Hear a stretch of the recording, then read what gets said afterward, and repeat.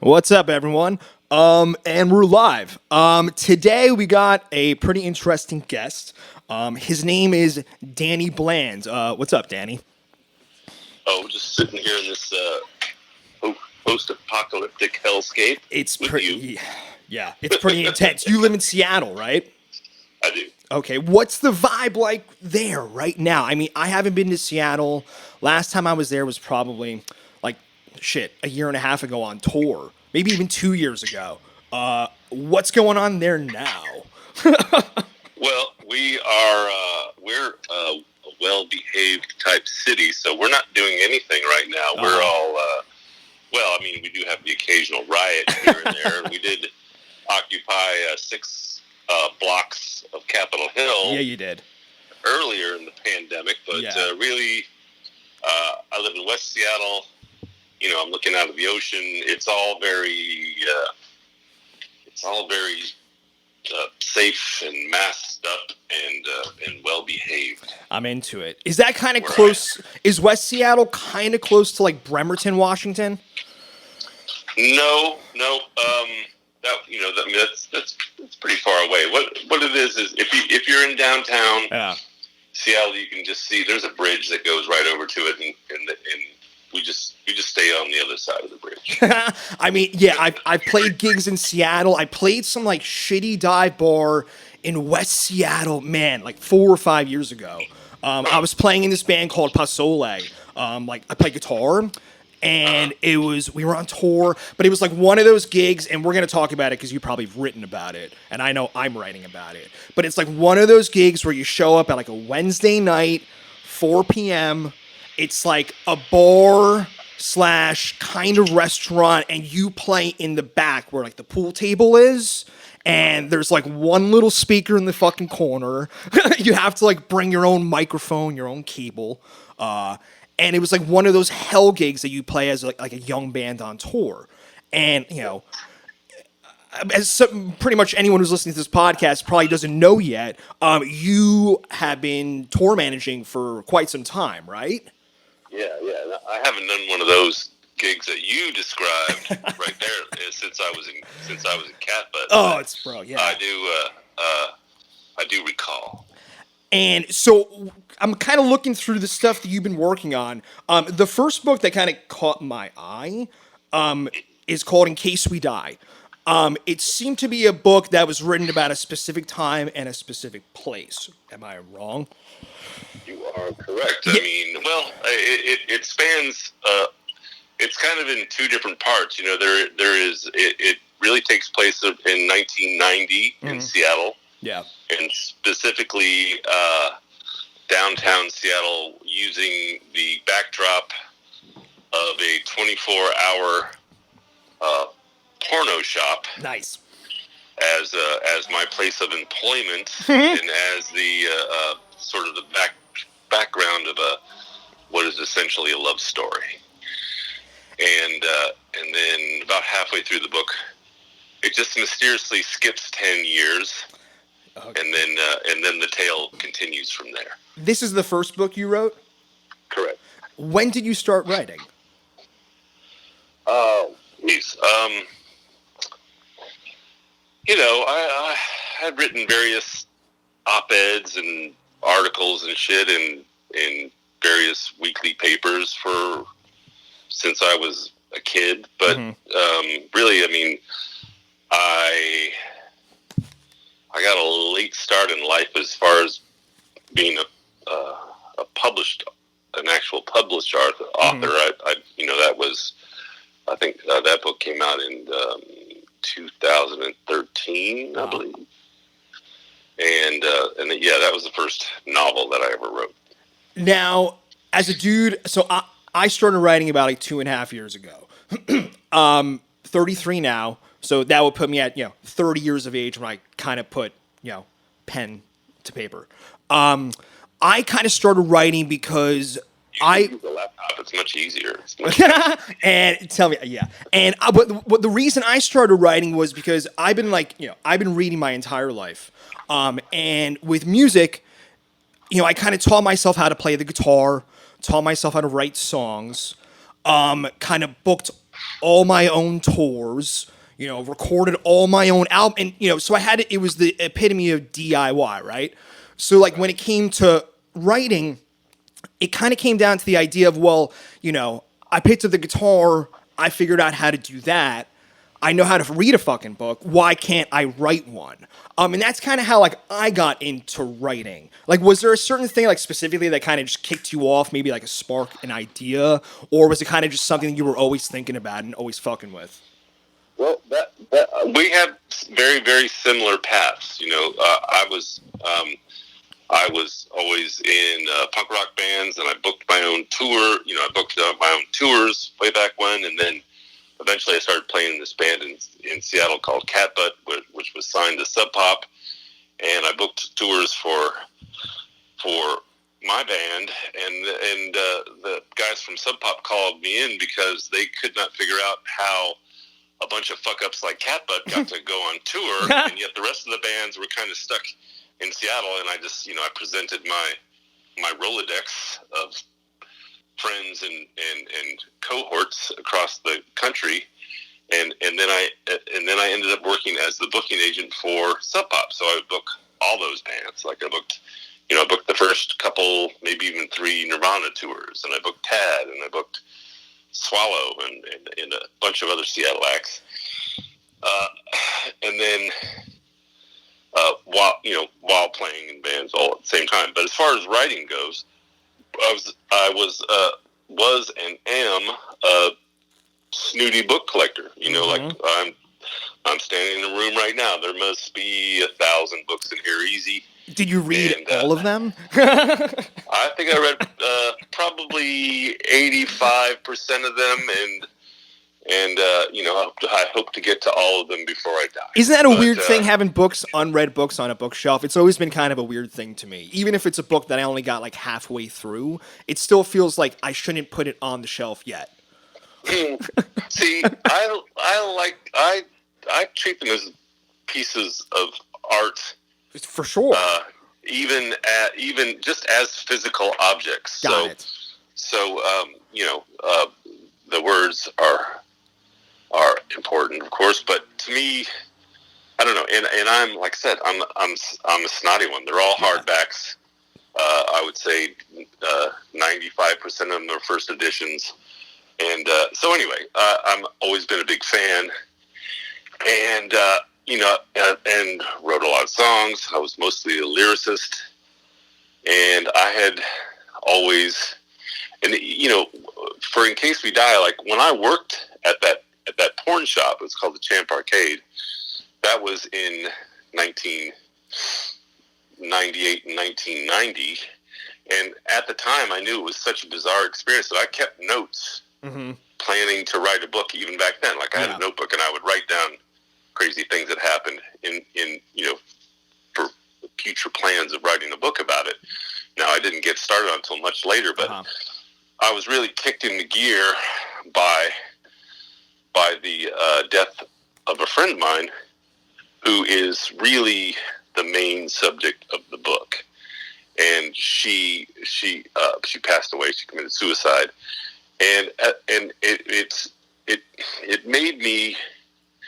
It brought out an urgency in the need to write a book. So, I know with our short attention spans, I'm like, I need to keep her story alive. And the way to do that, in my mind, was to write a book about it. And that is the thing that kicked me into gear, because it was an urgent matter. And so it gave me the inspiration to actually sit down and do it. So now you have this idea, you've been writing these notes about, for years and years. Your friend commits suicide, it kind of, kicks you in the ass, and now we're going to do it. You start writing that first page, okay? Do the demons pop in your head of just, this is dog shit? Or are you hearing the angels singing, being like, this is the greatest thing ever put on paper? And either or, whatever those fucking voices are saying, how do you deal with those voices? How do you turn down the ego, or like how do you turn up the confidence? I never, I never, I never had voices telling me that it was dog shit. And God bless. to me, yeah, I don't know. I just kind of don't operate like that, and I try not to get too egomaniacal about the whole situation. But there are sometimes I'll stand back and I'll read a page that I just wrote, and I'll go, "God damn, that's pretty good." And then occasionally I'll look at something that I wrote a year earlier or 6 months earlier, and I'll go, "Holy shit, that's really good." Isn't that crazy? I don't know. And and I got really lucky. I realized this. It was the first book I wrote. The publisher that I wanted to put it out in my dream scenario, which was Fantagraphics, which is a local publisher, and mostly they do graphic novels. But I always loved their art. I love the way their books looked.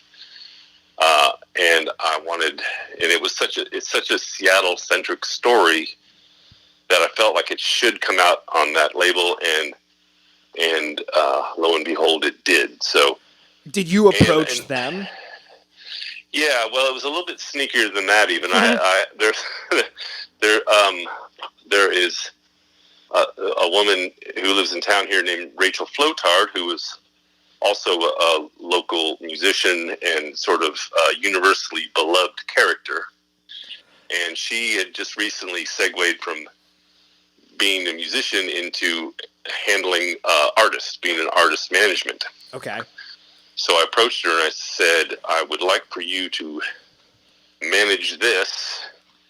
And what I mean is I need you to take this book in and hustle it to Fantagraphics, knowing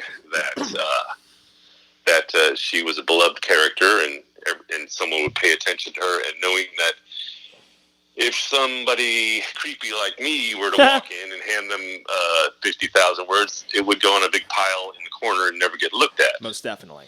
And so it was a devious little plan, but it worked. Now, was she acting essentially as your literary agent? Yeah. I guess, I don't know if agent / manager, I suppose. Yeah. So it's, in the music world, and especially, pre Napster, Spotify, bands had A&R people, right? So they had people who were in charge of the records and making sure the sound that that the label wanted was there and that the records were going to sell, etc., etc. I'm learning I am as naive to this entire business, the book business, as you could possibly be.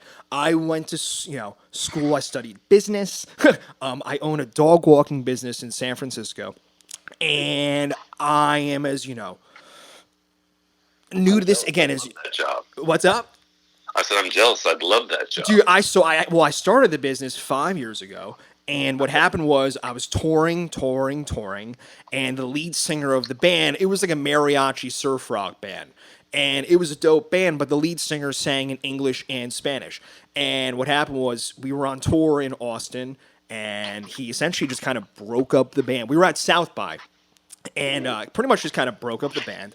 And I came home and kind of had, a little bit of a crisis.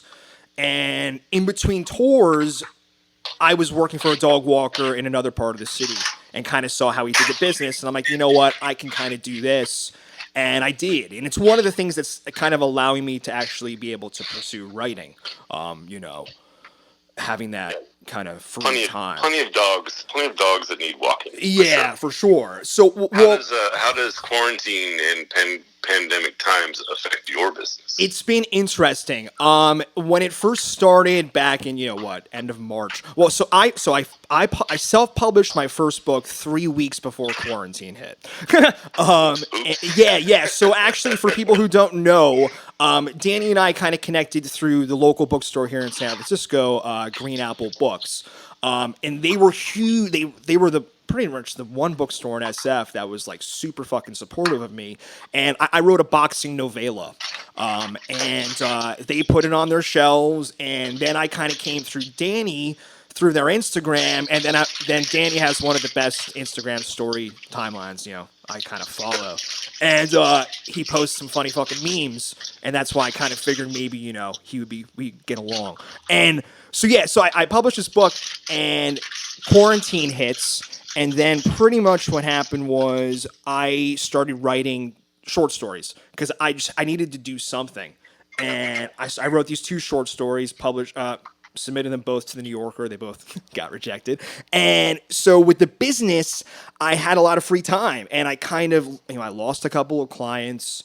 I moved to a more expensive apartment. Crazy things have happened. I got a puppy. Life's been nuts, but the business is hanging on. So, it's like with anything, really, dude. It's like with anything. Like tour managing, right? I've worked with a lot of tour managers, like selling merch for bands, like a Great American Music Hall, and, and like Slims and stuff like that. And I know a good tour manager between a bad tour manager. Like someone who's got their shit together, there's no questions asked, there's never a question of money. And I run my business like the same way. So that kind of has helped with this whole thing because, clients haven't left me yet. And I'm kind of just sticking with it. What the fuck else am I going to do? What's not to love about being a dog walker? Yeah, so I'm just doing my thing, and I'm kind of sticking with it. And it's already September, man. So yeah. So what to get back? All right. So I want to get back though to the Green Apple thing. So they kind of put us, or I got in touch with Danny. Hit up Danny, and again, the music thing. I've been working on a book now for about 3-ish years. And it's a rock and roll book. I'm trying to write a book about a band. And Danny wrote a book kind of about a band, right? I mean, or at least about the music scene. And you couldn't have wrote about that shit unless you were in it. Am I wrong? Well, in case we die, it's I made the main character. His name is Charlie Hyatt.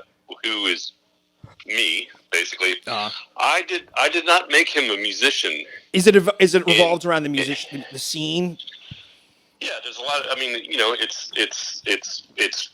It's drugs. Yeah, it's love. It's music. It's all those things. So yeah, it does involve a lot about the scene. But I didn't make the character based on me a musician, although I was at the time. Just because I wanted him just to be working at a porn shop and therefore sort of adrift in life. Mm-hmm. Like obviously this is not something he plans on doing his entire life.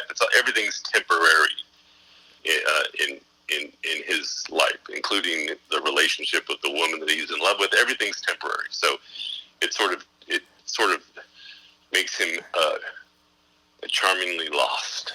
Do you look back on that, and do you still, when you go through those pages in that first book, are you able to kind of go right back to where you were as a person?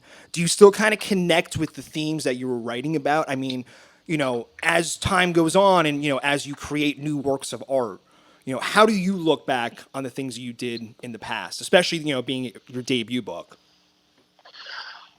Well, I'm working on another novel now that pretty much starts as in the exact same place where that one ends. Okay. So, yeah, it's easier.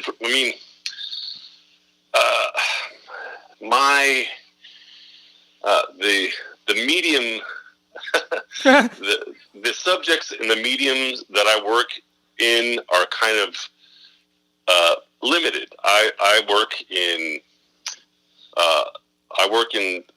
I try to give the low lifes and the scum of the earth. I try to breathe life into them and make them human. So,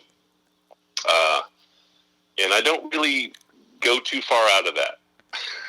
there'll never be a science fiction novel written Yeah, by of me. course. There'll never be. I deal with desperate yet charming characters. Would you? I mean, not to, are there authors you kind of look up to? Are there books? Yeah, are there books that you've kind of have read in the past that were like, fuck, I would love to write something like this, or are there even paragraphs that stick with you kind of throughout time that kind of mold and help you with your own work? Well, there are books that if I read a book and I like the feeling of it, that's sort of more inspirational to me. Like, Yeah. I am a big fan of Harry Crews, so Okay. Feast of Snakes. That book has a feel to it, and I like, Last Exit to Brooklyn. I love that book because he has this disregard for grammar and punctuation that really does not affect the readability of the book at all. Have you ever read any Cormac McCarthy? Of course, yes. I mean, I like the same thing about him too. Literally, the first 3 pages of All the Pretty Horses, I don't think there's a single comma.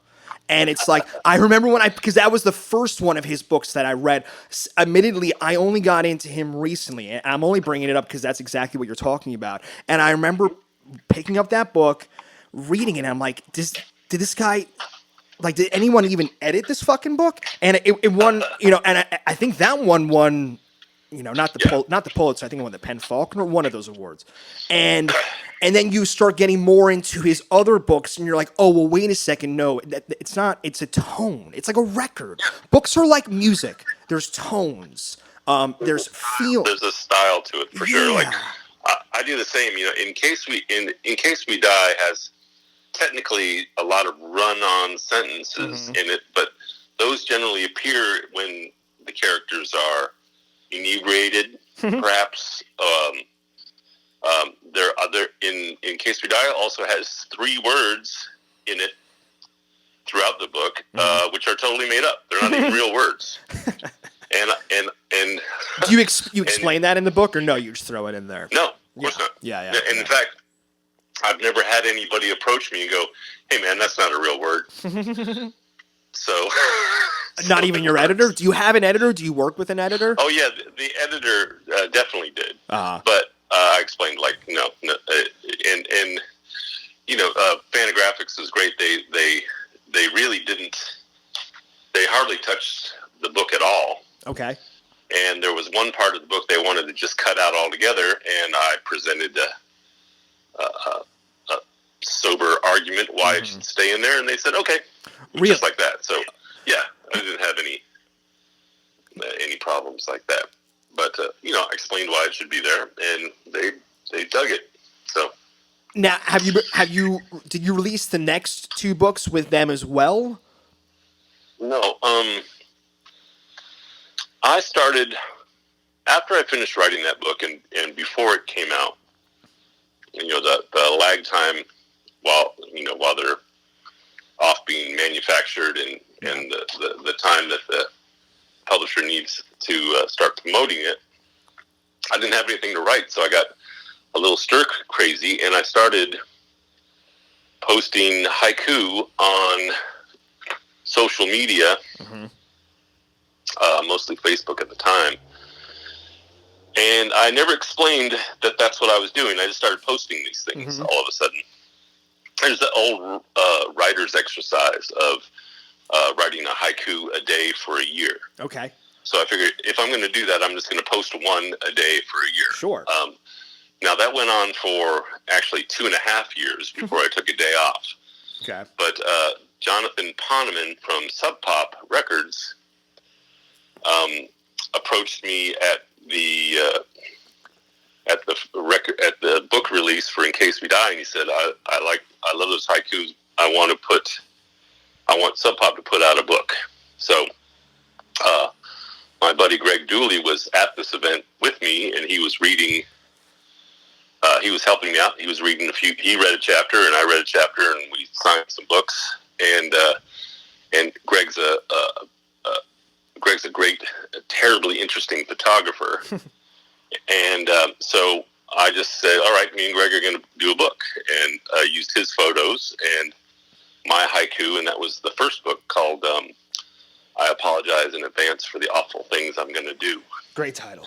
Do you come up with title? What's your deal with titles? Do you take lines from things? I mean, for instance, the last short story I wrote, I got my title it was about Vice released this like 2-season thing on YouTube about like professional wrestling, about the WWF, and Sure. yeah. So they released an episode about the Owen Hart tragedy when he died, you know what I'm talking about, and at the very end of the episode, they're interviewing JR, like that old school WWF announcer, and he had this line, and it just stuck with me. And he just said it, right off the cuff, and he said, "When he fell from the sky in Kansas City," and I'm like, "Well, oh fuck, that's it." And then I just wrote a short story, a fictionalized version of that day's events. But like, where do you get titles from? Is it just whatever the fuck, or do you actually, you wait for something to kind of hit you?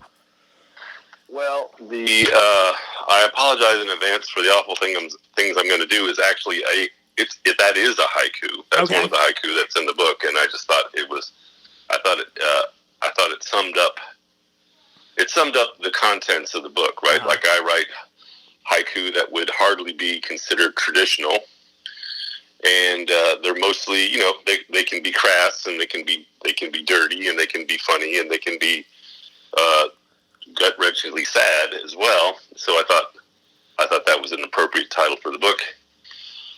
In Case We Die that was just a line from the book that jumped out at me, and so I used that. And then my second haiku book is called "We Shouldn't Be Doing This," mm-hmm. which is also a line from one of the haiku. And kind of summed up, we shouldn't be doing this is basically one of those things where two people meet up and maybe they become fast and frantically and maybe inappropriately close. Uh-huh. And that's kind of one of those things. Like I feel like whenever you're in a situation like that and you say we shouldn't be doing this, it's probably the biggest turn-on line that could come out of somebody's mouth. And so that's what I chose for that book. To bring this all back around. So with the idea of creating a title out of taking a title from a line or something like that, Sub Pop Records, Nirvana, like "Smells Like Teen Spirit" is never sung once in the song, right? Like he got that from, I think, and correct, you probably know the story better, but wasn't he at some party and someone drew on the wall with like deodorant, "Smells Like Teen Spirit," and that's where he got the name of the song from? Some graffiti that was at his house. Yes, yeah.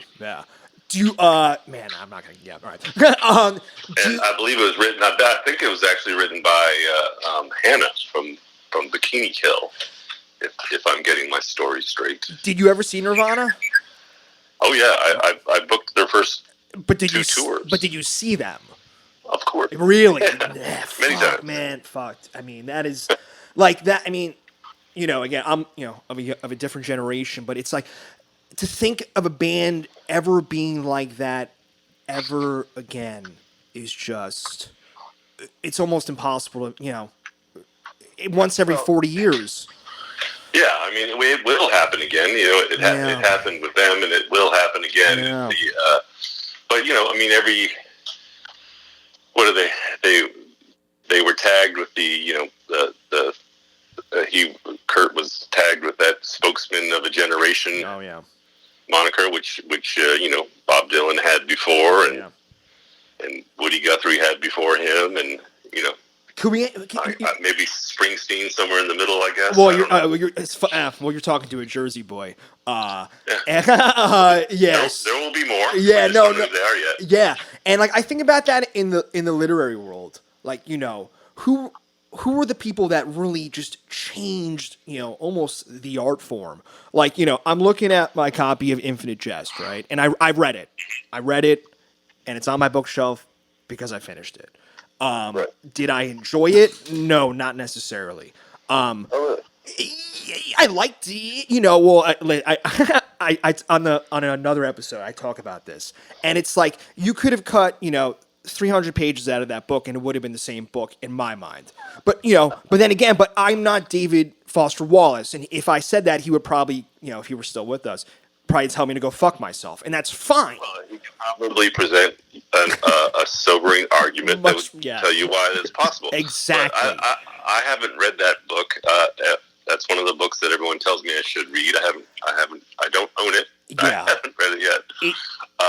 But my taste is probably a little bit older. Like I said, I like. Well, my favorite book of all time is a book. I didn't called, want to ask you. Oh, well, No, I mean, tell us. I get asked that, so I finally had to think about it. Exactly. Yeah. I have a definitive answer. My favorite book is this book called "Coming Through Slaughter" by Michael Ondaatje. Okay. And if you haven't read it, you need to. You need to throw away whatever piece of shit you're reading now, and get yourself a copy. And all, let's see. Well, I'm trying to think of. Are you into, like, again, you and I, we don't know each other, so I'm going to throw stuff at you and throw it back. Like, I'm a big dude. I'm a big John Updike guy. I'm a huge Philip Roth guy. Saul Bellow, that late 60s, early 70s, New York, Jewish, East Coast, money, Manhattan kind of thing. That's always been my biggest turn on when it came to literature. And, it's interesting. You can kind of get stuck in almost a generational kind of wormhole, especially with books, because, again, it's amazing because the books that are being written right now, or that are being published right now, there's a certain tinge to everything. And, like, I look at my copy of Portnoy's Complaint, and I think that would be a very difficult book to get published right now. About some neurotic Jewish guy masturbating in the back of a cab. Like, people don't want to read that right now. You know what I mean? Yeah.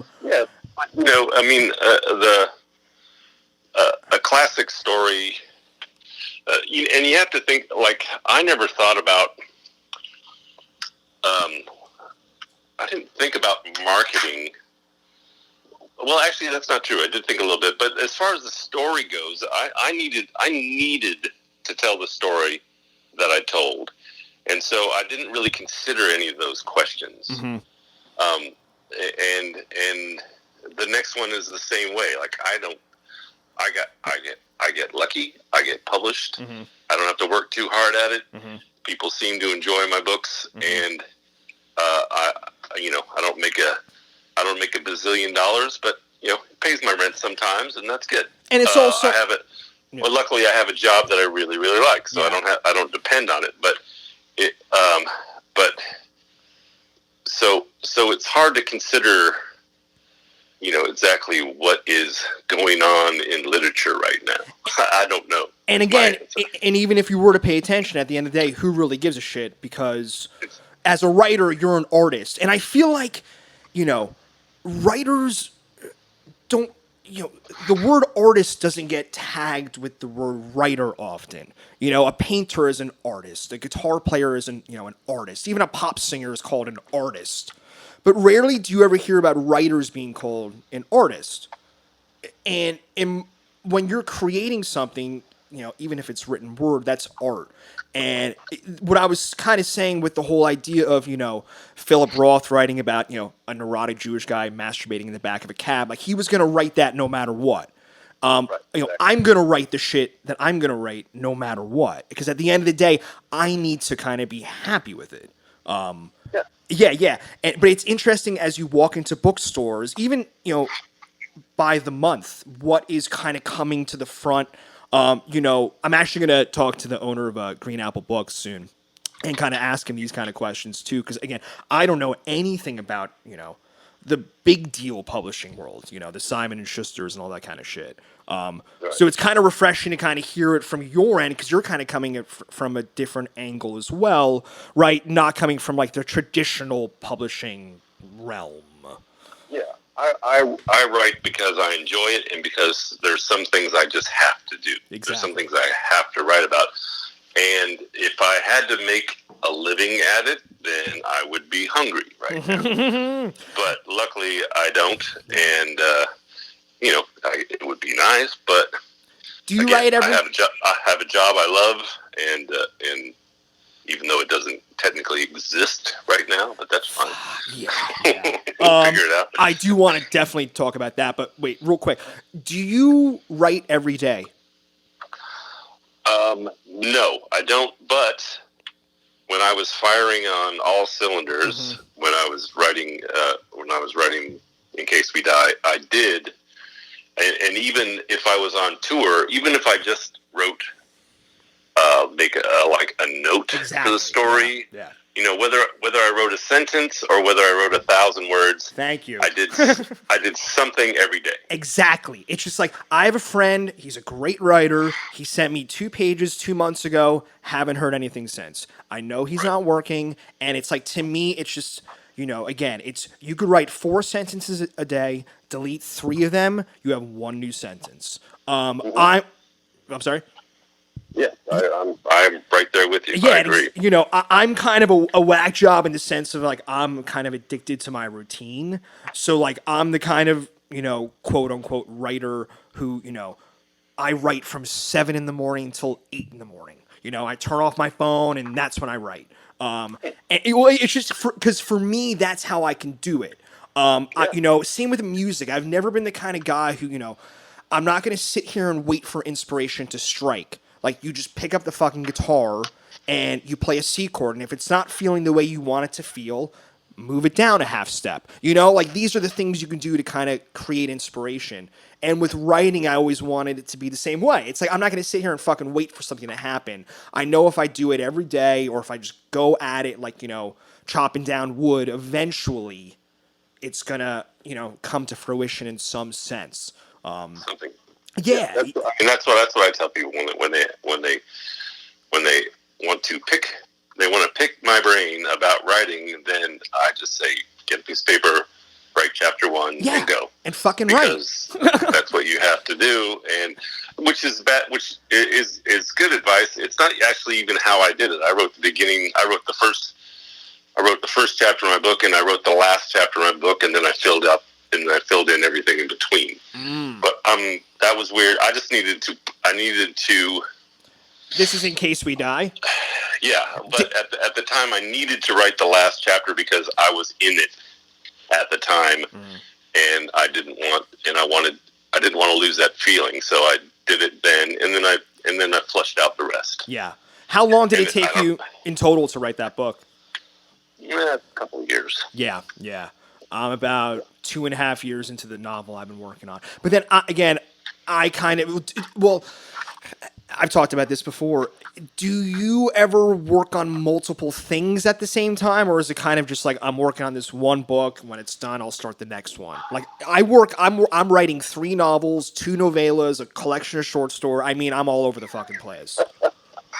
I don't do that. I mean, I will, I will, I'm always, I don't know how I ended up being a poet, but I'm always cranking out haiku because I'm good at it. I don't know why. I studied nothing. You never took a single writing class. I never took a writing class in my life. I haven't. So I'm working on one book at a time, but I will, I'll shit out a haiku just because I can. Cora, yeah. Well, we talked earlier, kind of writing anytime you have the time to do it. Would you ever write like in the van or like on tour? Doing laundry. Yeah. I'll do it if I'm in the van. A lot of times, I'll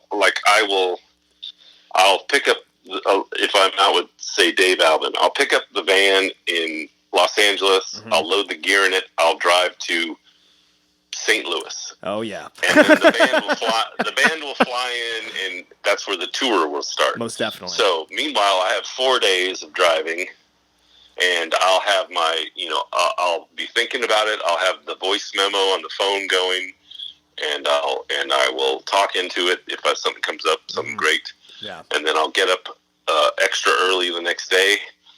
I'll put that shit on paper, and then I'll move on to the next city. So again, for the people who are listening to this, because there's a lot of lazy people out there, you said it. You said it. You got up extra early. Like for me, dude, I had to. Right now, the way my life is operating, there's not enough hours in the day to get the things I want to get done. So now, I'm waking up 45 minutes earlier. I'm going to bed or to do these things. And you ever read Kitchen Confidential by Anthony Bourdain? No. Okay, I mean it's a good. People love it. People love that book, and I know there's something to it, but I have not read it. Okay, yeah, no, it's a good book. I mean, you read it, don't read it. It's all good. But what he talks about in the book is once he kind of got into the flow of what I think he had written a book prior to that, a fictional book. But once he kind of got into the flow, he was waking up, super fucking early to work on that book all day before he would go to work. There's another book, and I feel like I talk about it on every single podcast. You ever hear of The Zen and Art of Motorcycle Maintenance? Yeah. Okay. Great. So Robert Persig did this actually, I'll send it to you. He did this really cool interview with NPR, a couple years after the book came out. And he, it's like a 20-minute interview. And the woman asked him, he was working a full-time job when he wrote the book. And she was like, when did you find the time to write this book? This guy would get up at fucking 3:30 in the morning, write till 9 o'clock, go to work, come home, write till like 2 in the morning, and he would sleep for 3-4. He said he did that for 4 years. And then the last 2 months, he literally rented a cabin in the woods and just, again, this is, the 70s, I think, or the 60s when that book was written. But yeah, I mean, so the idea of just, there's so many talented people out there and so many different art forms that will never do anything because they're lazy. And I'm sure you see it with musicians. Well, I mean, most people see the trick is with music and with writing is that the joy comes in. The joy comes in making pages. Mm-hmm. It's not about hustling the book after it comes out, although that's fun as well. Yeah. But unless it brings you satisfaction to actually put words down, then it might not be for you, and that's all right. You know. Yeah. And it's it's kind of not like thinning the herd, but at the same time, it's just you have to be happy with it. I write, and even on the days that I'm writing like garbage, I can at least like go to sleep knowing that, I did it. Like you at least tried to do it. It's super difficult. And again, with writing, it's usually a solitary thing. You don't have bandmates. You don't have writing mates. Huh? I would say that writing is always a solitary thing. Exactly. So it's always going to be, even if you're in a public place, you're by yourself with your laptop or whatever. And, so again, I talked in the beginning of the podcast and I joked about like the angels and demons in your head when it comes to writing. It's like, a lot of people deal with that, man. A lot of people deal with just negative thoughts about everything they do, me included. So, it's like it's like the routine saves me. That's how I'm kind of able to even out that playing field in my own head. But it's it's going to the cafe every day after work for 30 minutes and just, sitting down and writing. And also, what also doesn't get talked about, and I'm so happy that you're the kind of dude like me, like you're collecting, first cover hardbacks. Like, in order to be a good writer, you also have to be a good reader. Well, I mean, yeah. Well, it's funny. Like when when I'm in full bore writing mode, I don't read anything. Of course not, but you're reading all And the I don't time read outside anything of on that. purpose because I don't want anything to infect my flow. So I don't read anything at all. But could you be the writer also, you are for after the 1,000 of books you've already read? Oh, well, that's different. Sure. Well, that's what I'm saying. You have to be a good reader to be a good writer. You have to spend time with books in order, I think, to create good books. Well, yeah. If you're gonna be passionate about it, for sure. And again, it's like it's the classic scene of like you see the people go to the coffee shop with the book, and then they put the book down, and then they're just on their phone. Like I'm curious how many books get bought, and that's their life. That's their life. Like they belong to that person who just got it fucking at an airport, put it down, after 4 pages, and that's a crazy thing too, isn't it? How you could spend 3-4 years working on a book, a year getting it published. Some dude like me walks into the bookstore, picks it up. I don't like the first 3 sentences, and I just put it down. It's amazing how fickle of an art form it is. Like within an instant whether you like a song or not, right? Yeah, you have to. I mean, that's why you have to.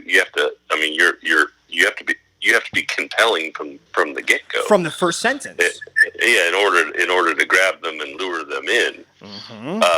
That's what with In Case We Die, I made it. It's very lewd and provocative because I wanted to lure the writer in, and then before they realize it, they're reading a love story. Mm-hmm. I got you, sucker. Mm-hmm.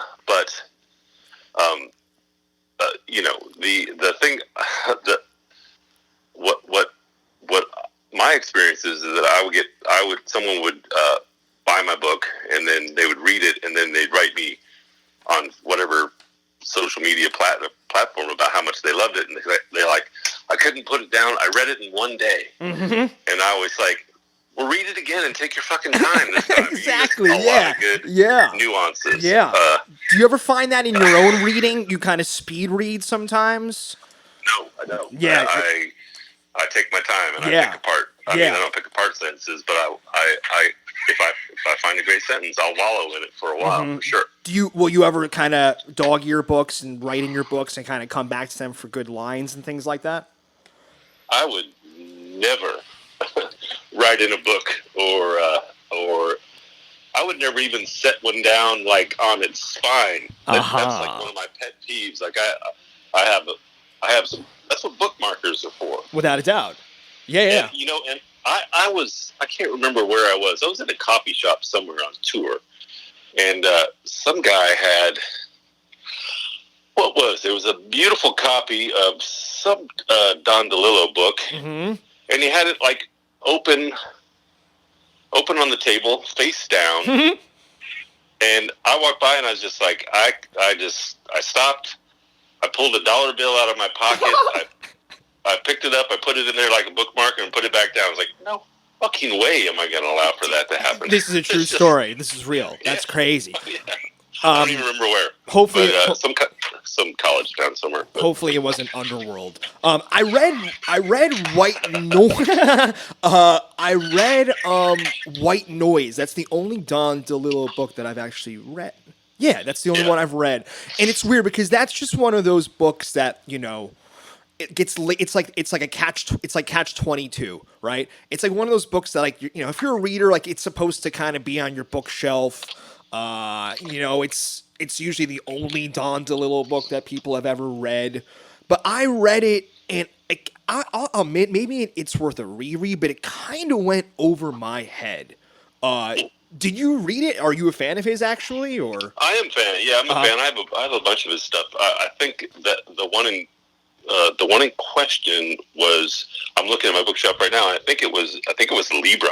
Oh, okay. Is what he was reading, and I am a fan. He is a smarty pants. Interesting. He's an intellectual fella. Yeah, good way to put it. I mean, so no more than like I don't know, Norman Mailer or something like that. Depending on which one you're reading. So I can dig it if I'm in the mood for that sort of thing. You said Norman Mailer, and the book that is closest to me right now, I'm looking at it right now from where I'm sitting. Did you ever read The Executioner's Song? You did? Oh yeah. Oh man, I mean that was my first Norman Mailer book, and it's funny on the back of it, Dave Eggers. I'll read it, and he says, "I want to urge you with all my being that you must read The Executioner's Song. I want to further guarantee that you will finish it.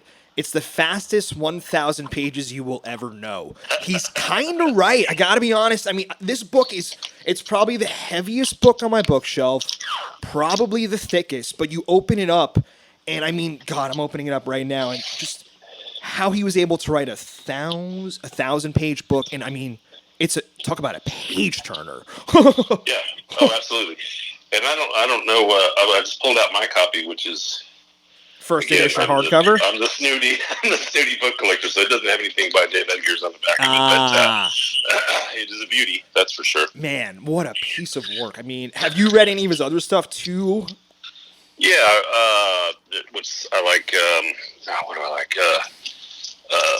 The Naked and the Dead, and the he wrote a cool book called. Hold on, where's the? This is the one I like here. Of a Fire on the Moon. Ooh, okay. I don't know that one. Huh. Yeah. A shorter book or a longer book? That was a average size book. Okay. He wrote. I read another book of his recently. He was a big boxing fan, and he wrote a book called The Fight, which he kind of, from a journalistic point of view, followed around Muhammad Ali and George Foreman for their fight, and it was again he puts you in a weird place. I feel like history doesn't look at him kindly. I think in his time, he might have been a bad boy, to put it lightly. Yeah. I mean, he is from that decade where writers would go on talk shows and they would actually talk to them for a long time. Yeah. And they would write articles in Playboy, and it was a different thing. Like not necessarily good or bad. It was just a different era. Well, because you read Playboy for the articles, right? But honestly, though, but that was always the joke. But it's some of the best writing came from Playboy. Yeah, I mean, it was something that all the writers of the time did. Mm-hmm. Yeah. And it wasn't like you weren't slumming it if you were writing for magazines. No way. Do you okay? Do you think nowadays it would be slumming it to write for a magazine? No, I mean no. Not really. Yeah. I would. I don't. I don't have any access to. What would you even write for? Exactly. That's what I'm saying. Like, what magazine is there? I mean, it would have. Did you know back in the day? Did you know any people who wrote for like Spin or for Rolling Stone or for any of those kind of publications? I mean, I dealt with a lot of different journalists from when I was managing bands, but I don't really, I can't say there's anyone that outside of Lester Bangs. Oh, I was going to say that was the movie, right? I can't name a musical journalist. Did you like that movie? Was it Almost Famous, right? Where she pulls out the Simon and Garfunkel and she gives it to her brother, and she's like, "This will change your mind." Almost Famous. I didn't love. I know more about Lester Bangs just from reading about him and reading some books that he wrote. Yeah. But as a general rule, there's a few things about being a tour manager that are ruined for you for the rest of your life, and one of them is movies about music. Almost any, and I can't stand almost any music biopic at all. It's unfortunate. I know that it's not the film itself necessarily. Mm-hmm. It's the way I watch it. Of course. And it's the same way I watch any band play, or and why when I'm home I don't. The only time I'll go to a rock and roll show is if a friend of mine is playing in it that way, or someone I need to go see. Of Other than that, course. for entertainment, then there's no way in hell. I'd prefer to go to a play, or go see a string quartet play, Of course. or go to the movies. I would do anything but go see a rock and roll band because, I mean, what are they going to do that I haven't seen a million times before? And I was in the Dwarves for Christ's sake. I mean, what kind of action are they going to provide me that I haven't seen and or participated in before?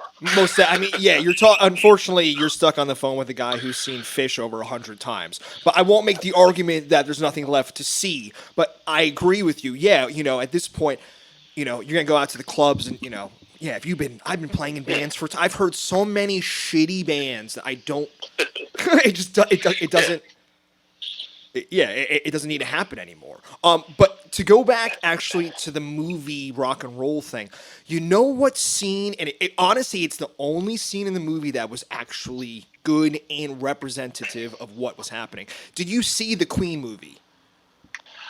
I did. Okay. I saw it on a plane. The opening scene, they paid so much attention to that Live Aid performance that they even, if you go on YouTube and watch the original performance, they even nail the Pepsi cups that are on top of, I mean, so like, and even the way he adjusted his monitor before he started. So like, I like to think there's people behind the scenes who do give a shit about this stuff. But it's also like when books get adapted into movies, right? That's a whole nother thing where it's just, it doesn't have, works out sometimes, but it's a difficult one, I guess, unless it's Twilight, but I don't know. I mean, you have to watch the film as a film, and there's, it can't compare to the book. I mean, there are several movies that are supposed to be better than the book, but like what? Well, I mean, people say that Fight Club is better than the book. Yeah, okay. Are you a fan of his in general? Yeah, okay. I like him. Yeah. I like Polinick. Choke was my favorite book of his. Yeah, I have his books all the way up to, let me get my glasses here, see what we're looking at. He released one, well, I guess, working in a porn shop. Did he release the one about the porn star, right? What was the name of that book? Fuck. Oh, yeah, it was like 2000. The last one I got is called Jesus Christ, it didn't even have the title on the cover. It's called Oral Biography of Buster Casey. Okay. Yeah. Oh no, it's called Rants. Sorry. Okay. He was oh yeah. Have you heard about kind of what happened to him recently? Oh man, his agent stole all his money. All of it. Like millions and millions of dollars. Yeah, he was making the rounds about a year ago on the podcast realm. He was on Joe Rogan's podcast and talked very openly about it. And he kind of just talked, I mean, he was a guy who he's got an interesting story or Wikipedia read. He was living in Portland, and he kind of picked up writing kind of like you and I did. Kind of just, as something fun to do. I don't know if for people who don't know the story, in case Danny knows. But yeah, and he picked it up and he kind of joined like a writer's group, and the writer's group kind of kicked him out because he was too lewd. He describes it more eloquently. But yeah, he's an interesting cat because it's just, he's a dude who just went about it, did exactly what he wanted to do. I mean, he's a pretty unique voice, whether or not you enjoy his writing. Pretty hard art. I like it up to probably, I think, Diary. I still have a couple after that. That Haunted book's pretty good too. Okay. And yeah. But my favorite is Survivor. I think that's my favorite book. That's the one with the plane crash? Yeah. Okay. Yeah. Just great. I mean, just the format of that book is pretty interesting. Yeah. Yeah, and Choke's the one where he fakes choking to death and it gets money from like cards. Like it's pretty. He's an interesting dude. And another book that people always say the movie was better than the book. And I didn't even read the book, but The Green Mile, and that's one of Stephen King's supposedly best books. People always talk about how good that movie was over the book. Actually, you know what book? You know what book that I revisited recently? And again, it was made into a blockbuster movie, but the book is just as good, if not better. Did you ever read Jurassic Park? No, you haven't? No, I haven't. Oh, No, man. I haven't read Jurassic Park. I actually haven't even read a Stephen King book in my whole life. Well, yeah, no, well, so yeah, Stephen King. So Jurassic Park was Michael Crichton, and he was Yeah, yeah, yeah. yeah, and like the book is, I mean, he was I think like a biophysicist before he started writing, and like the detail he puts into, I mean, he wrote about dinosaurs before anyone, you know, was gonna write about dinosaurs. Telling me he wrote about dinosaurs before anyone. Well, no, no, no. I'm sorry. Really, No, no, no, Michael? no, no. No, no. I mean, but in a fictionalized way. You know, I mean, is there? Yeah, I mean, is there like a piece of literature? Yeah, that fictionalized dinosaur. I don't. I mean, I'd be hard There pressed. must be. Yeah, well, in a kiddie book, right? Kids book or something like that. I've always thought about kids book, kids author books. That's an interesting gig. Well, I did earlier during pandemic times. I did 50 episodes of a Instagram / Facebook series of me reading children's books. Really? Reading books to kids. Huh? Yeah. Okay. Cool. Yeah. Was there a name to it? Can yeah. people still check it out? Is it on YouTube? It's not on YouTube. Oh. It's either on my Facebook Oh, page okay. or on my Instagram page. And it's just Danny Bland reads to your children. and I'm going to do it again Okay. pretty soon. But I did like 50. I did 50 episodes. Yeah. And I did. I think I was doing it five nights a week or something like that. Uh-huh. But that's. Then I took a break, and then it turned into a really long fucking break. And now I'm going to start up again. Do you like reading in front of people? Is that something you enjoy? Is it something you think you're good at? Yeah, I did a tour for when In Case We Die came up. I went up and I went down the West Coast and up the East Coast and Did you come to SF? Chicago.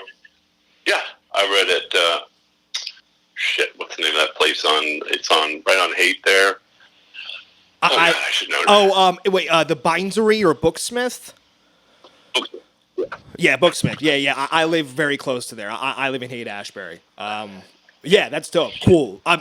It was great. It was a good crowd. But I have a lot of friends in San Francisco, and Nice. I went down to LA and across to Phoenix, and then I flew over to the East Coast. And I was terrified at first, but then by the halfway through the tour, I got pretty good at it, and I found it to be really fun. You interact with people. Yeah, for people who don't know, when you write a book, you go on a book tour and you read passages from your book and things of that nature. Some authors read the same thing every single night. I think most authors probably do. And I've only read in front of people one time, and then quarantine happened. But an author friend of mine gave me great advice, and I would have been fucked otherwise. He's like, he opened my book and he showed it to me, and he's like, show me what you think you want to read. And I, showed him like 5 pages, and he's like, ain't gonna happen. I'm like, what? He's like, that's good. In my mind, I wrote the best book in the world, right? So I want everyone to hear it. I didn't think about the fact that I'd be putting everyone to fucking sleep within 3 paragraphs. So he showed me a really cool trick, and I don't know if you do the same thing, but for live speaking events, he's just like, you don't have to read this paragraph. You can jump, 2 pages to this sentence, and kind of cut and paste and copy around your own book and to make it a different format. Do you do the same thing, or do you kind of just read straight through, or do you have any way of doing it? I like to keep the whole reading part of the program down to like 15 minutes or so, and so I would read just a few pages from a few different chapters, and I had it all worked out where I kind of, I would just, I was giving them a sample of what they were about to spend $25 on, so I read something funny, I read something heartbreakingly sad.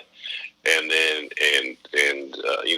I just included all the elements that go on with the book, and then you try to end it on a upbeat thing, and then you and then the Q&A part can always be fascinating because you never know what's going to come out. Oh yeah. And yeah.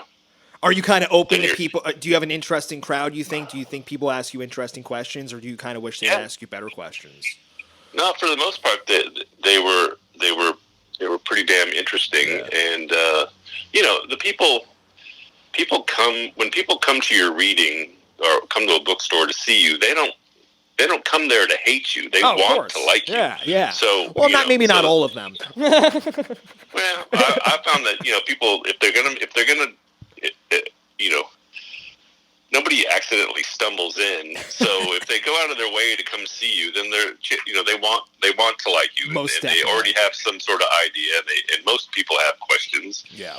And also, you know, some of the people who were waiting in line, some of them were pretty emotional about everything, and it was more than a few times where there would be a lady who was crying, and so you'd get up and hug them and kind of console them. But when people get attached to those things and they have similar experiences, and if you have someone committed suicide in your life, then that touches you and brings it out. And they, you know, so when they're meeting someone who has had a similar experience, it can be heavy. Definitely. Did you find over the tour, if you were reading the same passages, you kind of almost started beginning to perform them at times? Like you would add gusto to the way you spoke, or did you kind of speak in a deadpan? Do you kind of, you know, do you make it fun and artistic, or you kind of just speak mild-manneredly? I'd like to think that there was some showbiz elements to what I was doing. I mean, I stopped short of dancing or doing interpretive dance or something like that. But, yeah, no, you know, but yeah, I'd like to think that it was, you know, the funny parts came off as funny, and the sad parts came off as sad. Yeah, it's just interesting reading your own work out loud. Again, when you play music, you know, live, you get that immediate reaction. And again, since I'm so music heavy, it's just like a sponge in my brain. You know, when I was reading, I was kind of expecting to look out at the crowd and, you know, see them like chanting along, but no, they were just looking at me and expecting me to continue reading. So it's something I'm new to, and it's just refreshing to hear other authors kind of talk about it and just, you know, their process behind it, because it's a different thing. You know, they throw a beer at you and spit on you. Oh, hey, you never know. Hey, I've seen crazier shit. But Danny, I feel like you and I can talk forever, and I think we should probably do another podcast. If you're down for it. We've gone longer than I ever thought we would. Can you? We really need to drill down into your mental illness. So yes, we should do another podcast. Without a doubt. Danny, can you please tell people where they can find you on the internet and things of that nature? I would go to just Danny Bland or Mr. Danny Bland on Instagram. I'm pretty good at that, and I will post the occasional haiku series on there. Mm-hmm. And I'm also Mr. Danny Bland on Twitter, which I reserve mostly for wisecracking and cutting up, and then Facebook, just Danny Bland. I'm sure you'll. I'm the guy with the braids, or who knows what the photo is right now, but find me there. And like I said, whenever I write a haiku series, I post like one a day until I finish the series. Then I'll post the whole thing, and occasionally I'll slap up a few paragraphs of what I'm working on too, if I feel like it. Awesome. And everyone, go please buy his books. Make sure you buy them local stores wherever you are in the country. We will always want to support that. If you're in SF, go to Green Apple Books. Here, let me hustle my my latest is called "We Shouldn't Be Doing This," and you can get that one on the best place to get that one is the revolutionartshop.com, and some of the profits from that book go to Smash, which is a company or an organization that helps Seattle musicians get health care. And you can find all kinds of stuff on that website, including some haiku merchandise that goes to Planned Parenthood too. Danny, thanks so much for taking the time to talk to us. Thank you. All right, I'll talk to you again. We'll see everyone next time on the next episode of Writing Friction. Peace.